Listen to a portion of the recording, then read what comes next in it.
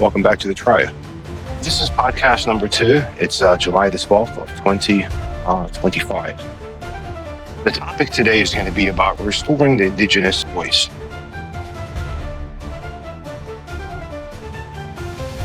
The family is mentioned in the Torah, in the Hebrew Bible. The code of ethics of the families is the obligation as original guardians of peace and charity.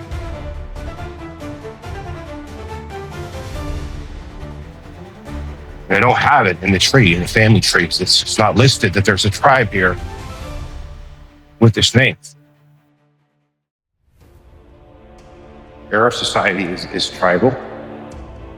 It's either you are a branch of the tribe or you're not. It can't be claimed that we are from Saudi Arabia. Yet Saudi Arabia and its satellite states in the Arabian Peninsula continue to reject these tribes as one of them.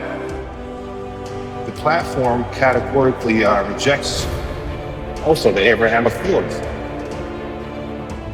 and the dangerous narrative that's attached to it. That is, you could say, gaining ground in Western and Arab media, which suggests that Palestinians, because they're descendants of Canaan, must be destroyed according to biblical interpretations. So again, here the platform reaffirms that instead of biblical narratives,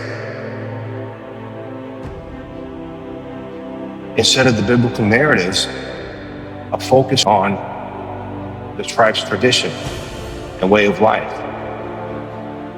which is anchored in peace, justice, and coexistence. And that truth is evident in the tribe's unbroken historical record through their ancestors, who consistently pursued peace through covenants of oath, upholding justice, coexistence, and charity, not violence and destruction of the land.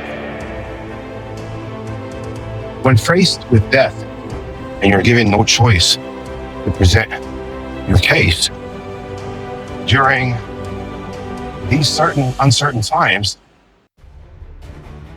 amid the threat of extension on ancestral land, we affirm. The tribal record remain unbroken that sets this tribe apart from Arab identity.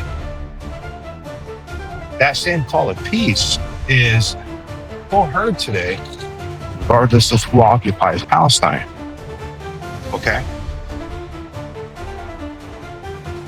The nation and people of Palestine were not born of invasion or a conquest, is being portrayed to the global audiences through Western and Arab media today.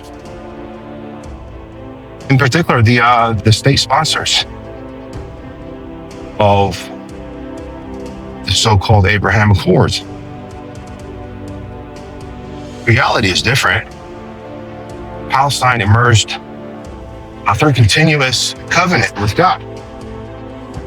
It formed on ancestral land, and a process that has been renewed through generations, across generations. So this covenant of oath that we mentioned in this podcast is upheld and preserved for millennia by this family and other indigenous Bedouin tribes as well in the Nakba,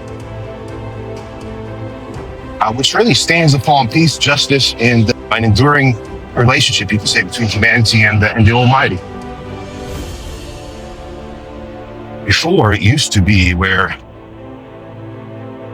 you stick to your faith, what you believe in, what you think is true. But the narrative that's being portrayed through these Abraham Accords is quite the opposite. It's not the Abrahamic tradition, because the narrative that's being pushed the tradition, this Abrahamic tradition, began in exile or through domination, as we see portrayed through the media. That's the premise of the state of Israel, is exile through domination. That's not the Abrahamic tradition. It didn't begin there. It began with an oath made at the well of Beersheba, where Abraham and the 7 tribes of Palestine stood together in covenant before God. You see, the truth is anchored in the very dirt of Gaza, Beersheba, Iran, Jerusalem, and elsewhere, where the holiest sites of the Abrahamic faith were built up. The ancient Canaanite temples that were dedicated to the worship of God. Places of peace that drew pilgrims to the city of peace. Salem, Jerusalem, stands for city, the city of peace. The original name of the city is just peace.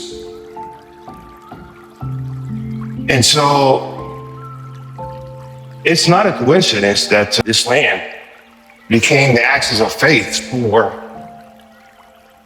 those that came after. Any descendants of Abraham today, those that speak in his name or his children's names, and they have the right to do so. But that right doesn't grant them authority to erase those who came before,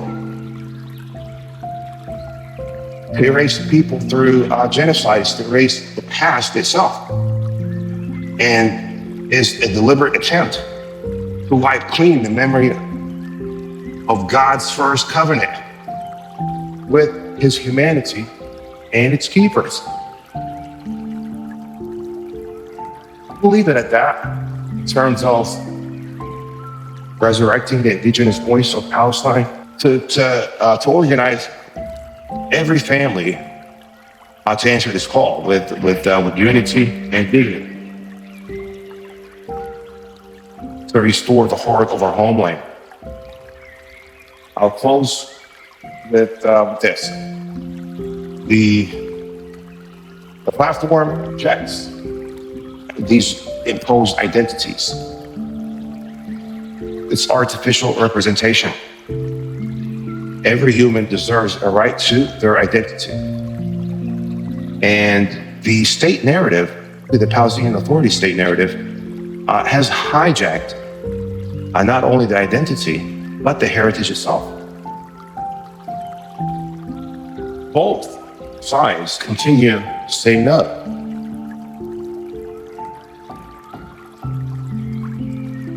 You can't be indigenous here. Just die. To learn more or support our mission to preserve our heritage, visit the website at abimelech.org. It's ABIMELECH.org. And you can contribute there to the Tribal Launch Fund. Together, we carry forward the oath of peace.